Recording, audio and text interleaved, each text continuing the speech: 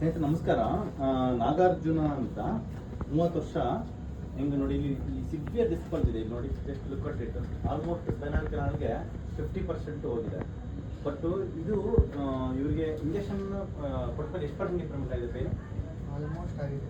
ಎಷ್ಟು? ಒಂದು 90%. ಬೇಡ. ಮುಂಚೆ ಏನೇನು ಕಷ್ಟ ಆಗ್ತಿತ್ತು? ಮುಂಚೆ ಲೆಗ್ ಲಿಫ್ಟ್ ಮಾಡೋಕ್ಕೆ ಆಗ್ತಿತ್ತು. ಎಷ್ಟು ಎಲ್ಲಿವರೆಗೆ ಎಷ್ಟಿದ್ರು ಮುಂಚೆ?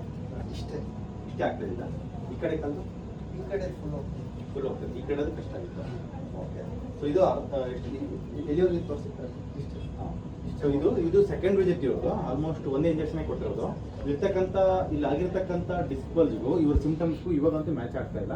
ನಾವು MRI ರಿಪೀಟ್ ಮಾಡಿದ್ರೆ ಅಷ್ಟೊಂದೇನು ಇಂಪ್ರೂವ್ಮೆಂಟ್ ಆಗಿಲ್ಲ. ಯಾಕಂದ್ರೆ ಫಸ್ಟ್ ಫಂಕ್ಷನಲ್ ಇಂಪ್ರೂವ್ಮೆಂಟ್ ಆಗುತ್ತೆ, ಅಂದ್ರೆ ನಮ್ಮ ಆಕ್ಟಿವಿಟೀಸು ಪೇನ್ಲೆಸ್ ಆಗೋದು ಅದು ಆಗುತ್ತೆ.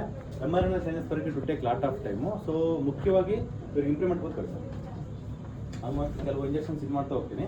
ನಿಮಗೆ ಇಲ್ಲಿ ನೋಡಿ ಎಷ್ಟು ಡಿಸ್ಬಲ್ಸ್ ಆಗಿದೆಯೋ ಇಲ್ಲಿರೋ ಇದಕ್ಕೂ ನಿಮಗೆ ಏನಿತ್ತು ಸಜೆಷನ್? ನಿಮಗೆ 30 ವರ್ಷ ವಯಸ್ಸು. ಸೊ ಈ ಪೇನ್ ಬಂದಿದ್ದು ಎಷ್ಟು ವರ್ಷ ನಿಮಗೆ ಪೇನ್? ಲಾಸ್ಟ್ ಡಿಸೆಂಬರ್ ಬಂದು ಅಂದರೆ 9 ತಿಂಗಳು 10 ತಿಂಗಳಾಗಿದೆ. ಸೊ ಇದಕ್ಕೆ ಏನು ಸೊಲ್ಯೂಷನ್ ಏನಿತ್ತು? ನನಗೆ ಲಾಸ್ಟ್ ಟೈಮ್ ಹೋದಾಗ ಡಾಕ್ಟ್ರು ಆಪ್ರೇಷನ್ ಮಾಡಬೇಕು ಅಂತ ಹೇಳಿದ್ರು. ಬಟ್ ನಾನು ಹೋಗಲಿಲ್ಲ ಸರ್. ಅದು ನಾನು ಜಿಮ್ ಟ್ರೈನರ್ ಕೆಲಸ ಮಾಡ್ತಿದ್ದೆ. ಓಕೆ. ಸೊ ಆಮೇಲೆ ಅದು ಫಿಸಿಯೋಥೆರಪಿ ಎಲ್ಲ ಮಾಡಿದೆ. ಸ್ವಲ್ಪ ದಿನ ಟ್ರೀಟ್ಮೆಂಟ್ ಸೆಟ್ ಆಗಲಿಲ್ಲ. ಮತ್ತು ನಾನು ಇಲ್ಲಿ ಬಂದ ಮೇಲೆ ನೀವೆಲ್ಲ ಟ್ಯಾಬ್ಲೆಟ್ಸ್ ಎಲ್ಲ ಕೊಟ್ಟಿದ್ದಾದಮೇಲೆ ಅದನ್ನು ಒಂದು 1 ಮಂತ್ 1.5 ಮಂತ್ ಕನ್ಸಿಸ್ಟೆಂಟಾಗಿ ತಗೊಂಡೆ. ತುಂಬ ಪೇಯ್ನ್ ಕಡಿಮೆ ಆಯಿತು ಸರ್. ಅದಾದಮೇಲೆ ನನಗೆ ಗೊತ್ತಿರೋ ಎಕ್ಸಸೈಸ್ ನಾನೇ ಸ್ಟಾರ್ಟ್ ಮಾಡಿಕೊಂಡು ಪೇಯ್ನ್ ಕಡಿಮೆ ಮಾಡಿಕೊಂಡೆ. ಆಲ್ಮೋಸ್ಟ್ ಔಟ್ ಆಫ್ 100 ಎಷ್ಟು ಇಂಪ್ರೂವ್ಮೆಂಟ್ ಅನಿಸುತ್ತೆ? 90+ ಇದೆ. 90%